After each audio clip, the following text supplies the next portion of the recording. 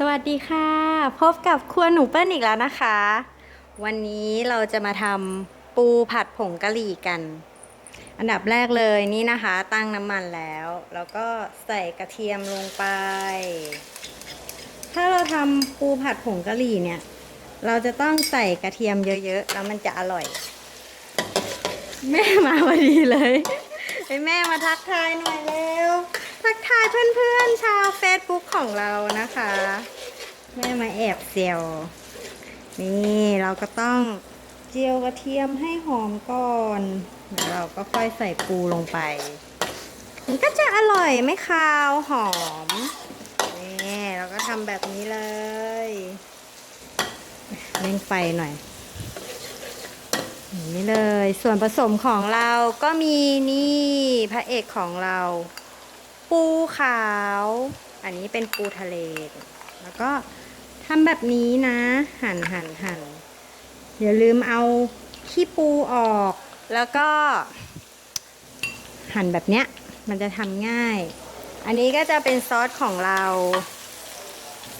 นี้ก็จะมีส่วนผสมผงกะหรี่น้ำมันหอยซีอิ๊วขาวพริกไทยน้ำตาลทรายใส่ไว้แล้วเพื่อความสะดวกรวดเร็ว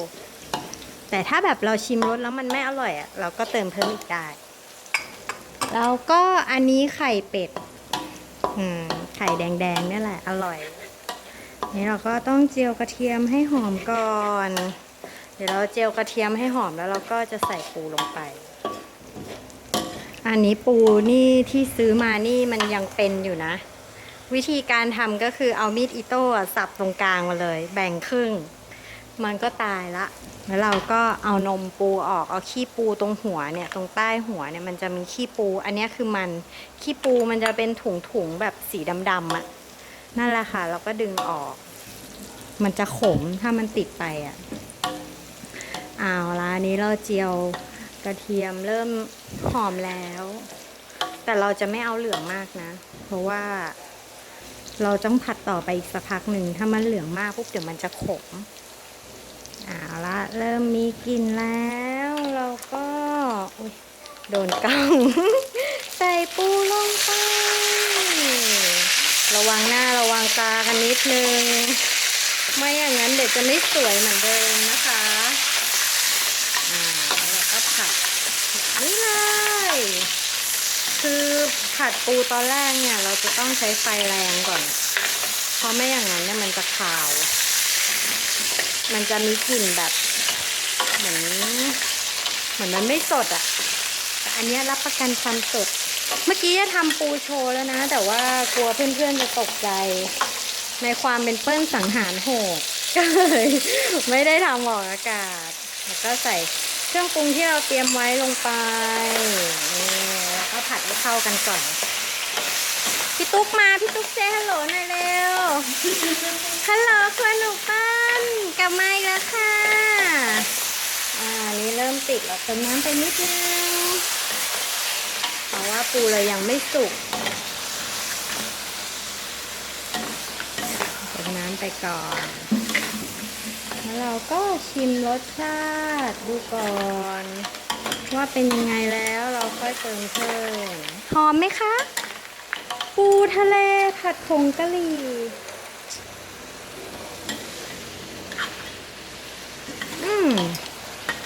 ทำง่ายๆที่บ้าน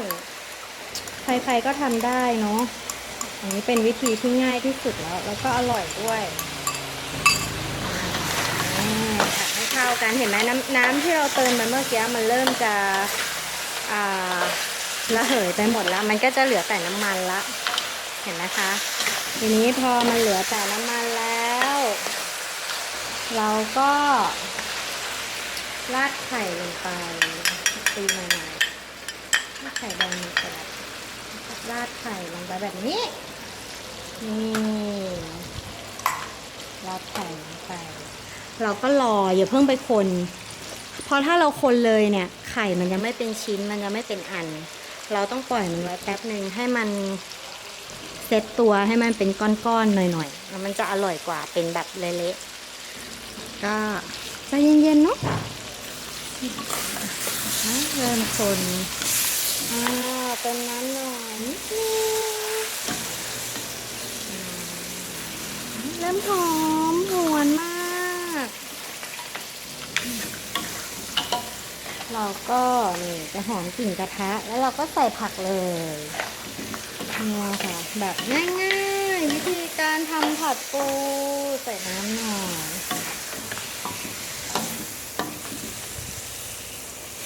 มีน้ำคลุกคลิกอร่อยเนาะนี่น้ำอีกหน่อยนึงแล้วก็รอน้ำง่วนนี่ก็สุกแล้วค่ะเดี๋ยวไปเตรียมจานกันก่อน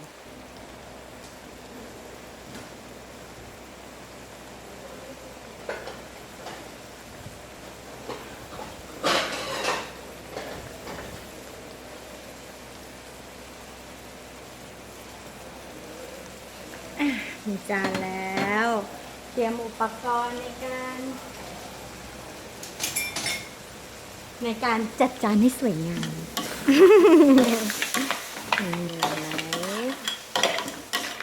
รับรองความอร่อย อาจจะต้องใช้เวลานิดนึงเพราะว่าเราไม่ได้ลวกปูก่อนพอน้ำแห้งเราก็เติมน้ำไปหน่อยอันนี้เป็นน้ำสุกนะคะก็เติมไปอีกนิดนึงจะได้กระทะไม่ไหม้เพราะว่ามันจะต้องผัดไฟแรงตลอดเมนูนี้เราก็ชิมเห็นไหมไข่มันจะเป็นตัวมันจะแบบไม่เป็นผงอะ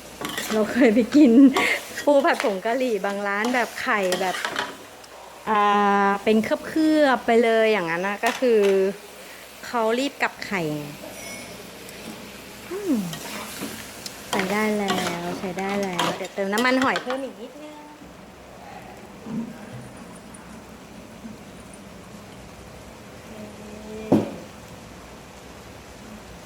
ไข่พริกไทยดำนี่หน่อยนึงโอเคเรียบร้อย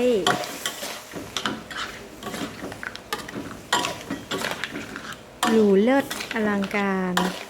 เลิศสแมนแตนตามสไตล์ครัวหนึ่งเปิ้ลกับข้าวทำเองที่บ้านนะไม่แพงเหมือนไปกินที่ร้านด้วยนะประหยัดเงินนี่นะคะน่ากินไหมคะไม่มีแบบน้ำมันเยิ้มๆลอยๆเหมือนเราไปกินร้านอาหารอ่ะก็ไม่ค่อยอร่อยนะอร่อยแล้วเมนูนี้ลูกชายชอบเอาไปคลุกข้าวกินคือลูกอะกินไข่แม่กินปู อยู่กันได้วันนี้ทำน้อยหน่อยผัดแค่ตัวเดียวเพราะว่าตอนเย็นไม่รู้ว่าจะมีใครกินข้าวกับเราบ้างเข้าที่แล้วเอาละแล้วเราก็จะจัดลงจานเดี๋ยวเอาที่คีบมาก่อนเพราะว่าเราจะต้องจัดลงจานให้สวยๆนะคะ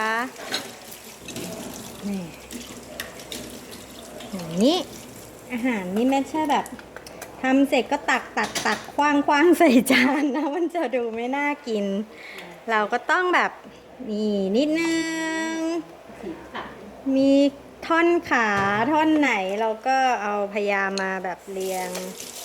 ให้มันมีความสวยงามนะอาหารนะนี่เราไม่ได้มีแต่รสชาตินะเราต้องมีอาหารตาด้วยมีศิลปะในใจมันก็ดูน่ากินเห็นไหมนี่ประกบกันปูเป็นปูก็เอาไข่มาลงนี่เห็นไหมเนี่ยเป็นชิ้นอยู่เลยไข่นี่เป็นวิธีการทำปูผัดผงกะหรี่ที่ง่ายที่สุดในจักรวาลเลยร้อน แอบร้อนนิดนึงคือตอนนี้นะแม่ครัวนี่นะแบบมันเยอะมาก น่าเหงื่อมากขอบอกเพราะว่าอยู่หน้าเตาเนาะน่าเหงื่อก็เป็นธรรมดาฮัลโหลฮัลโหลออกมากันหน่อยลูกมาโชว์ตัวนิดนึงกล้ามยักษ์กล้ามยักษ์อ๋อเพื่อนๆเห็นกล้ามยักษ์ไหมคะนี่โอเคเนาะจัดจานอีกนิดนึงถือก็หนักแฮะต้องหาผู้ช่วยในครัวสักคนละมั้งเนี่ยชีวิตเนี้ย โอเคนี่ปูผัดผงกะหรี่บายครัวหนูเปิ้ลโอเคเนาะให้ดูอีกทีนึงนี่เดี๋ยววันนี้เราจากกันไปด้วยรูปนี้นะคะไปหม่ำข้าวกันให้อร่อยนะคะบ๊ายบายสวัสดีค่ะครัวหนูเปิ้ลนะคะรักนะจุ๊บจุ๊บ